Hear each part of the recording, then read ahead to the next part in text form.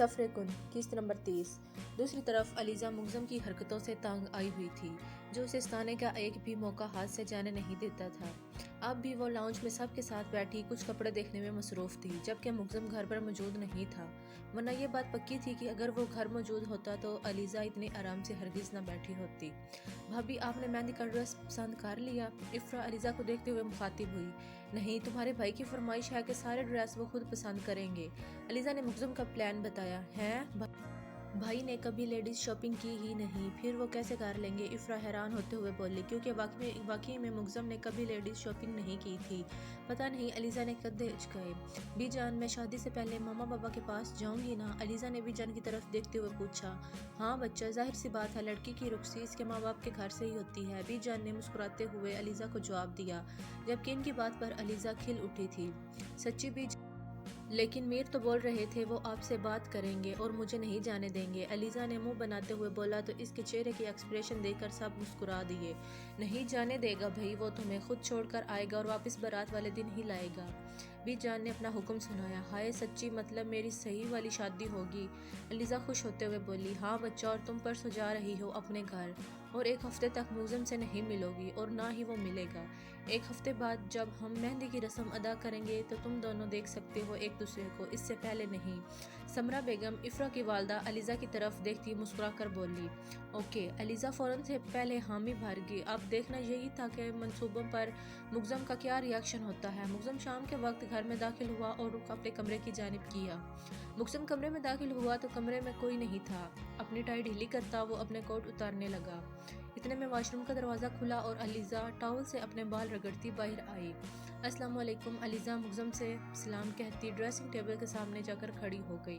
مگزم اپنی شرٹ کے کاف کھولتا، شرٹ کے بازو اپنی آستینوں تک چڑھاتا بغور علیزہ کو دیکھ رہا تھا، جو نکھری سی آئینے کے سامنے کھڑی تھی۔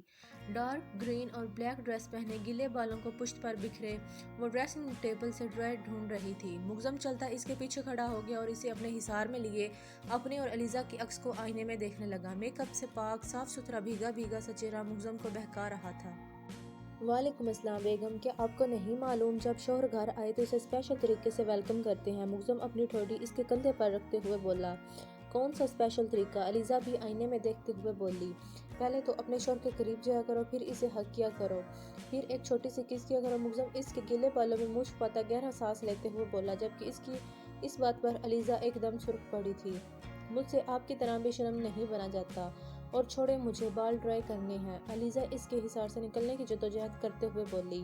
مگزم نے سر اونچا کر کے آئینے میں اس کی طرف دیکھا، جو پوری جان لگاتے نکلنے کی کوشش کر رہی تھی، مگر مگزم ذرا سا ہلا تک نہ تھا۔ بیبی، پتہ ہے تمہیں، تم یہ حصار کبھی نہیں توڑ سکتی، اس لیے کوشش بھی مت کیا کرو۔ مگزم علیزہ کو سٹول پر بٹھاتے ہوئے بولا اور دراز سے ڈرائر نکالتا اس کے بال سکھانے لگا۔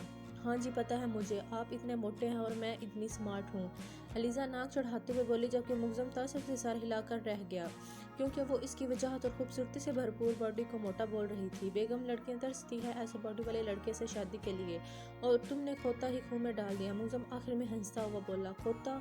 آپ خود کو کھوتا بول رہے ہیں؟ علیزہ حیران ہوتی ہوئی مگزم کی طرف دیکھتے ہوئے بولی، جبکہ مگزم کا دل کیا اپنا سر کسی دیوار پہ دے مارے۔ شرم نہیں آتی؟ اپنے شوہر کو کھوتا بول رہی ہو؟ مگزم اسے گھورتے ہوئے بولا۔ استغفر اللہ میر، میں نے کب بولا؟ آپ نے خود ہی بولا ہے۔ علیزہ فوراً گالوں کو ہاتھ لگاتے ہوئے بولی۔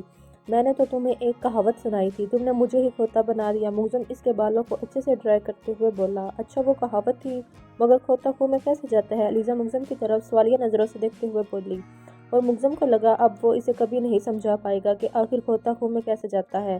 بتائیے نا، علیزہ نے پھر سے مگزم سے پوچھا۔ چپ کر جاؤ یار، مگزم اسے چپ کرواتے ہوئے بولا۔ نہیں، مجھے بتائیں نا، علیزہ ضد کرتے فوراً کھڑی ہوتے ہوئے بولی۔ فضول ضد مت کرو اور چپ چاپ واپس بیٹھو۔ مگزم نے اسے کندھوں سے پکڑ کر واپس بٹھایا۔ بتائیں نا، علیزہ نے پھر سے ضد کی تو مگزم نے ایک لمبا سانس لیا۔ کیا بتاؤں بیگم؟ مگزم انجان بنتے ہوئے بولا کہ کھوتا خوں میں کیسے جاتا ہے۔ علیزہ نے بھی اسے راہ فرار نہ ہونے دیا۔ ٹانگوں سے چل کر جاتا، سمپل۔ مگزم سادہ سا جواب دیتے ہوئے بولا۔